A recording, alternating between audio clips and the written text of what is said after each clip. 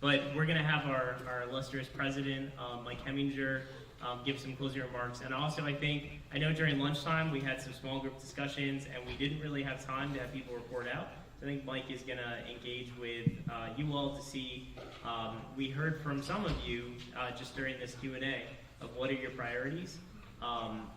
When it comes to fair housing, what do you think should be done? We could also ask a question about marginalized communities. So Mike's going to get more into that and give some closing remarks. So thank you. All right, don't go anywhere. I want to take a group photo at the very end, but before we go into our closing remarks, we wanted to just do some reflection on the two questions. So for those of you that don't know me or I don't know you, my name is Mike Hemminger. I serve as the branch president for the Arlington NAACP. I also serve as the regional vice president for all 13 branches in Northern Virginia. One of the first questions that we wanted you to think about in your small groups was, what do you think is the most pressing fair housing issue in Arlington? Would anyone like to contribute to that question? What is the most pressing housing issue in Arlington today? You get to hold a mic if you answer. I wrote down that housing is too expensive, and under that I have an A and a B, that code enforcement does not work for the benefit of citizens, in my opinion, and B, taxes are excessive and acts as a barrier to home ownership for Black residents and other disparate residents. I agree.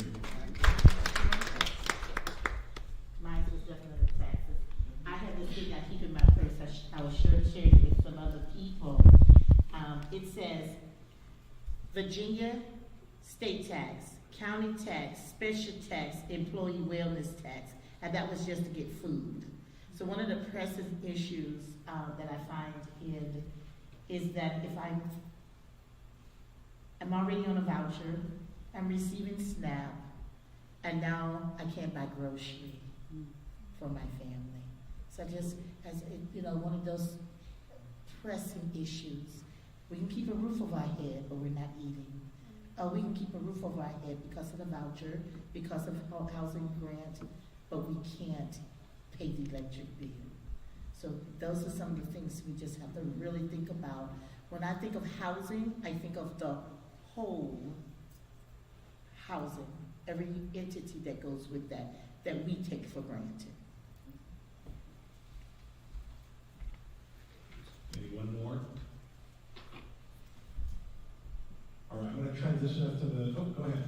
Yeah.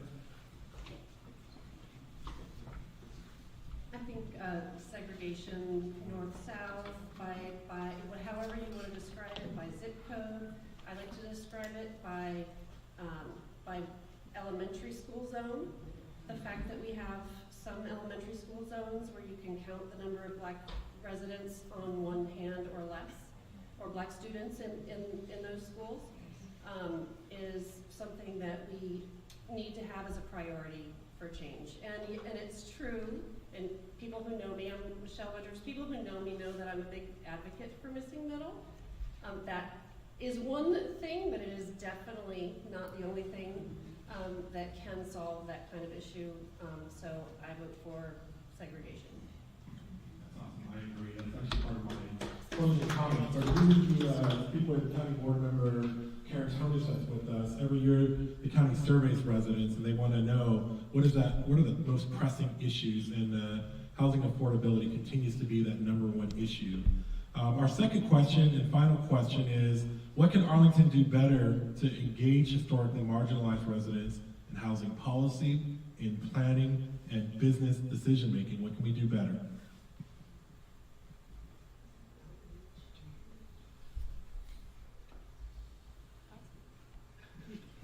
Go for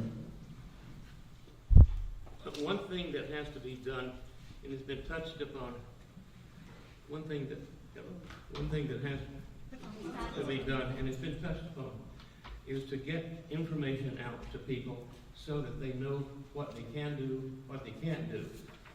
And also, as far as the rights that they have. but they also need to get information about what they can do in joining up to groups like this, and also getting their leaders involved in making things better that need to be done, that make, for example, more funds be made available.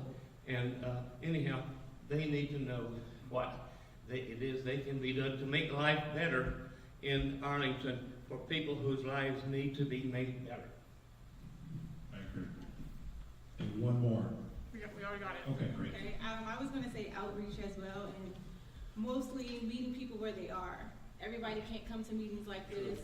People are working multiple jobs, churches, things of that nature. So you gotta meet people where they are and open up those conversations, because a lot of people aren't comfortable with, you know, having these conversations. So meeting them there.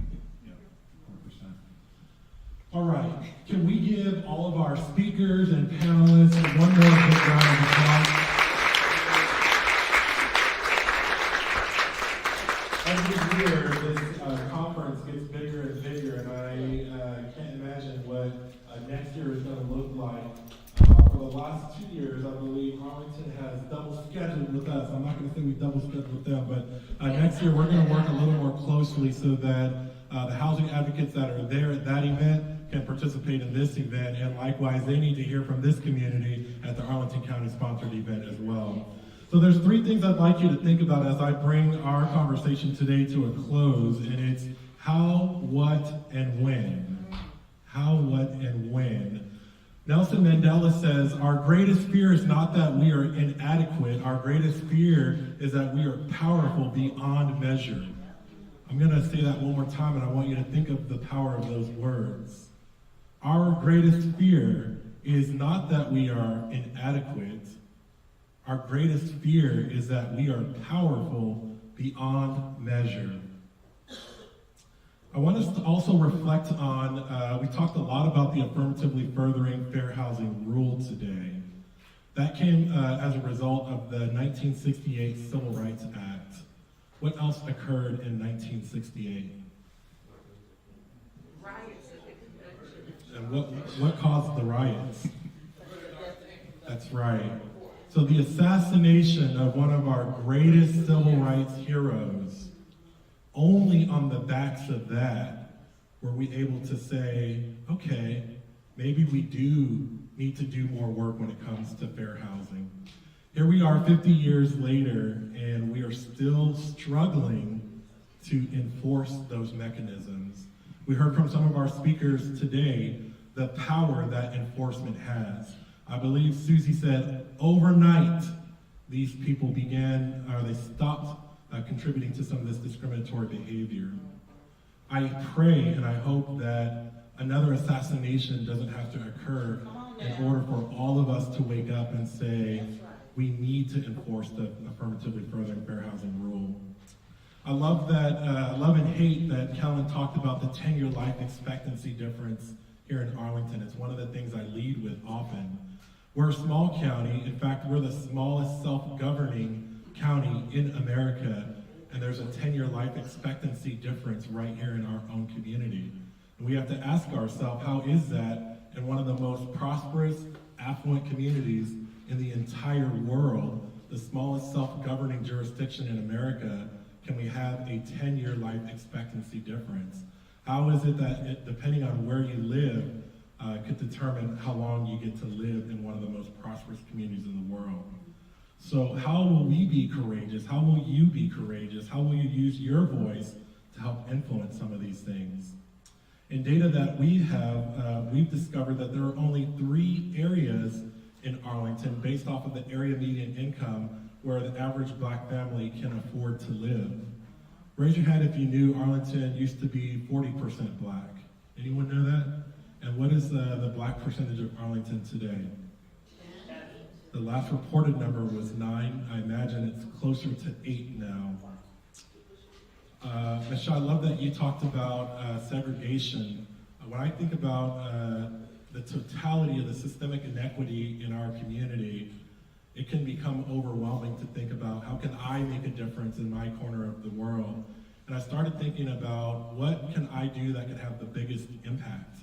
And I truly believe, like many of you, that if we could figure out housing, we can figure out education. Yes. And if we can figure out education, we can figure out and solve a lot of disparities in employment. We can solve a lot of disparities in mass incarceration.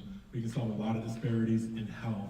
And so all of these are intertwined, and if we could figure out just how to solve housing, many of these other disparities are going to start to solve themselves. So how will we be courageous? I encourage you to think about how, what, and when.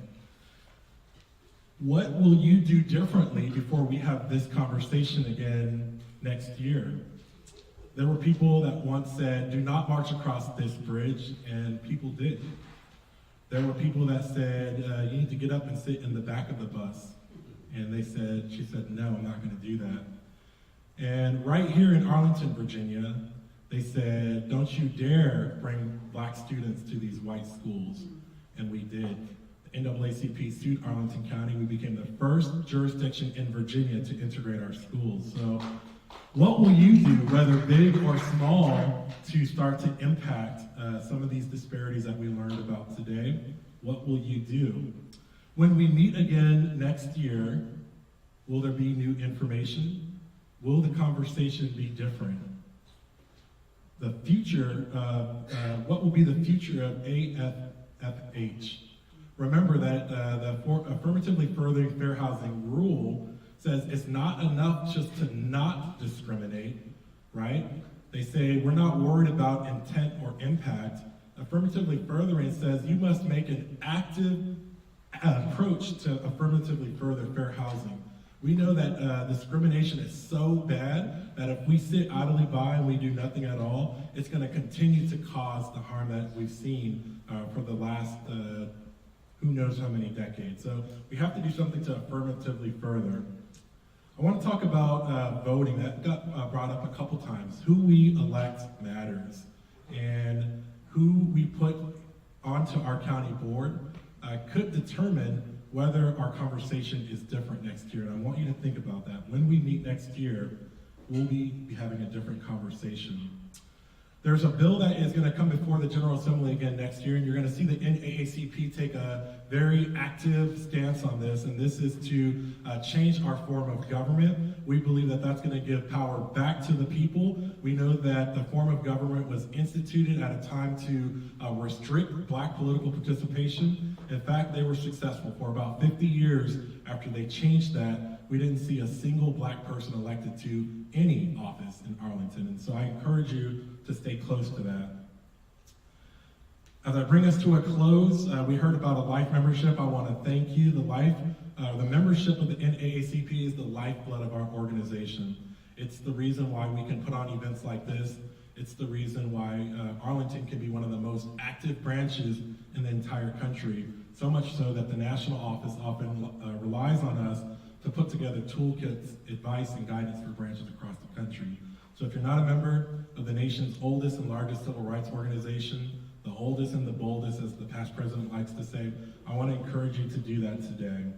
And the last thing that I'll say is today, I want you to think about this as the room where it happened. We're going to come together again next year, and we're going to have even bigger conversation. And this is the room where it happened. So I want to repeat that quote from Nelson Mandela one more time, and it's, our greatest fear is not that we're inadequate.